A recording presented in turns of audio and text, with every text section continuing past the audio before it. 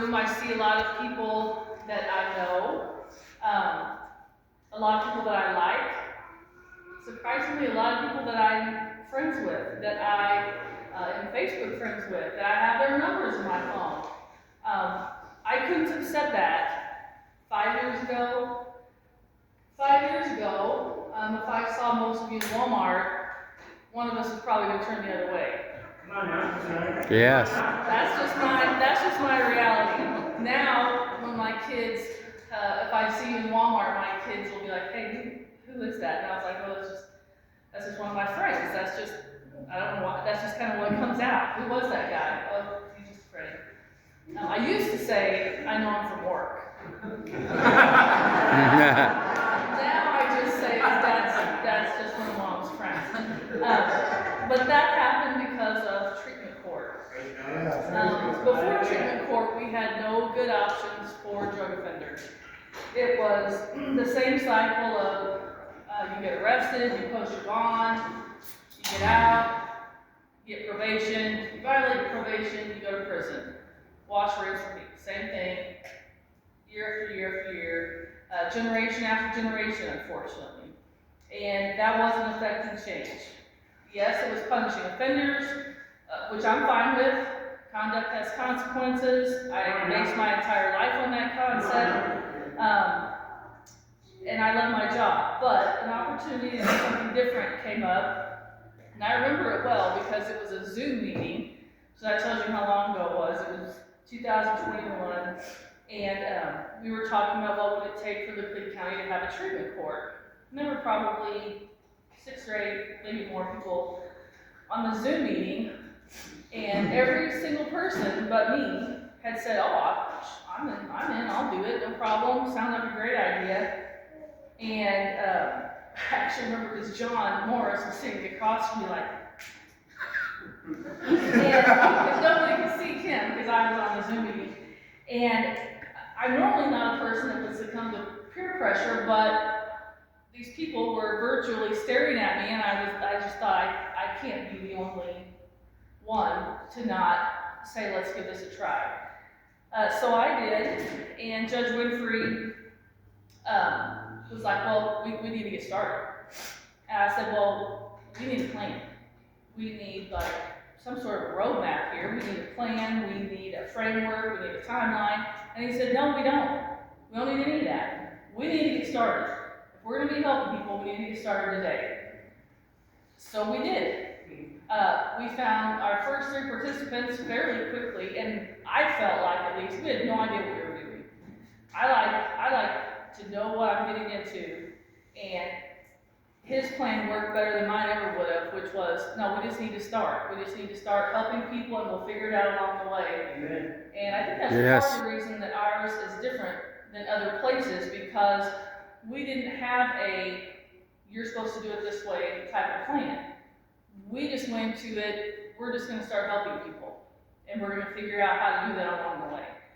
And we had $0. We had no place for people to stay, but we had a good team. And I knew that, I could tell that from our meetings, because the people that were on the team cared. Steve Hatch, Emily Gable, Shelley Davis, Jeff Chris, at the time it was Jennifer Coonrod.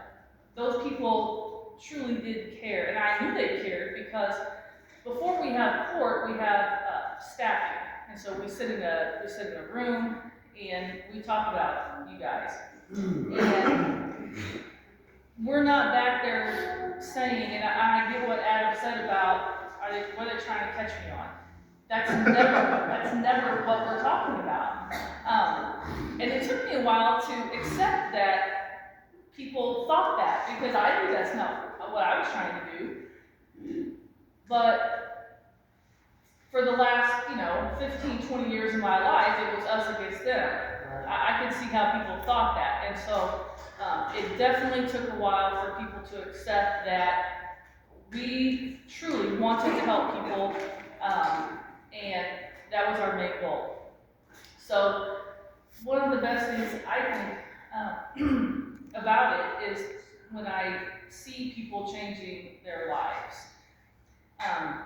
And I did not say that the person is changing. We aren't changing people. And the reason I say that is the people we're dealing with don't all of a sudden become a good person. These people have always been good. These people we're dealing with have always wanted to live a normal, crime-free, drug-free life. But somewhere along the way, addiction got a hold of them. And once that happens, I don't care who you are. I don't care if you were a doctor and you got addicted. I don't care if you got addicted in high school and you never graduated. Regardless of when it grabs you, when addiction gets a hold of you, you just start digging a hole. And it just keeps getting deeper and deeper and deeper. And as Judge Winfrey always says, in treatment court, we remove obstacles. And so I noticed that little by little, sort of like Stephen said, you just have to stick with it. Little by little, we were removing obstacles for these people. We would find them a safe place to live. We would help them find a job. We were helping them figure out how to buy a car for the first time. We were helping them figure out how to get their driver's license. So many people came to us, still come to us with no driver's license. I don't know if you've ever tried to if you've never had a problem with your driver's license, just going to get your driver's license under perfect circumstances isn't easy. We're trying to help people who have made a mess of their driver's license. And for some people, we had to go to different states. It would take months. They couldn't have done that without treatment court. And so those types of things make a big difference in people's lives. And we would see, once someone got their driver's license, okay, well now I don't have to rely on someone else to get to work. Once they got a job, okay, now I don't have to rely on someone else to pay my bills. Those things start adding up, and before you know it, you built a life. Yes. You help that person build their life. And the person that they've always been, that's why I said I don't feel like we're changing people. The person that they've always been really starts coming out. Yes. Really starts shining through, and you start seeing them smile. They have a smile that is different once they realize that they're proud of themselves. And we start getting proud of them too. We see it from the start. We tell people when they come in, you don't see it, but we're gonna get you wherever you want to go. And none of them believe us, but by the end, they have all the things. They have the license, they have the car, they're living on their own. They have a job, they can support themselves. And like someone else said, yes, they're clean. Oddly enough, that's kind of the smallest part of it. Yes. It's all the other things that make a life that we have helped them with, and that's why they end up being successful. At least that's what I think. And so when they come in and they see that we care, they start to trust us. Once we know, hey, they are really putting forth effort, they're trying, that's when we start to trust them. And once you start trusting each other, it just starts building on itself, and it just takes off and grows. And so, I really like what Adam said about other treatment courts, how he knows ours is better because you guys are miserable. Yes. I went to another treatment court, and I could just tell they're getting over on you guys because that's what you guys are good at. This other one that I saw, it was a glorified probation. It was certainly better than regular probation, but I sat through one meeting, and they probably spent 2, 3, maybe 5 minutes with each person saying, oh, how you doing? How's your job? Okay, great, see you later. I thought, oh no, that is not going to cut it. We are in your business, are we not? Yes. We're in your business. And people hate it at the beginning. Sort of like Stephen said, I don't want you to tell me what to do. I'm an adult. And we sometimes have to remind us that that's how you got here, making your choices your way. And so once they surrender that, and I've heard more than one person say it, once I surrendered what I wanted, they started progressing. They started accepting that maybe there's a different way.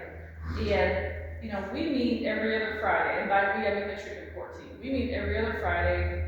We sit in a room or sit around the table and we talk about every single treatment court person, if they have a significant other, and even if it's not a significant other, if it's a mother that they want to spend time with, if it's a, whatever their other issue is, we talk about all the other people in their life.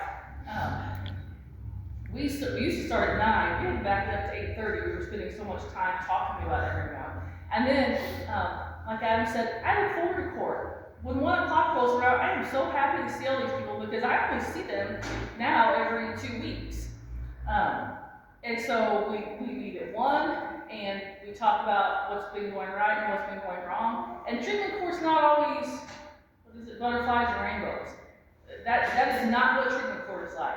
Sometimes it's tears, sometimes someone leaves in handcuffs, but everything we do is for that person. It is to help that person's life improve. And once they see that, things really start changing. And so Yes. I'm honored to be a part of it. What we're doing in court is such a small part of it. What is making a difference, the reason that this room feels different, the reason that court feels different, Yes.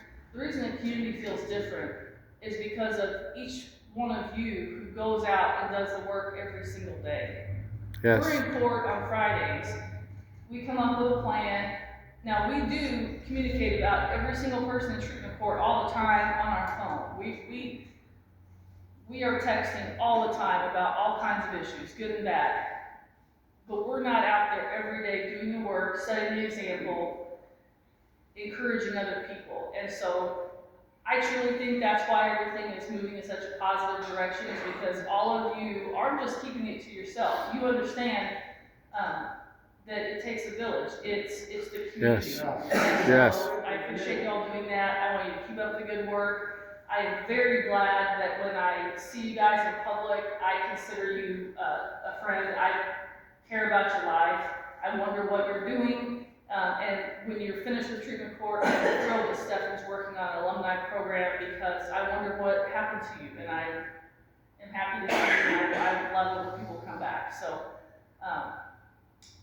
I appreciate everyone who's here.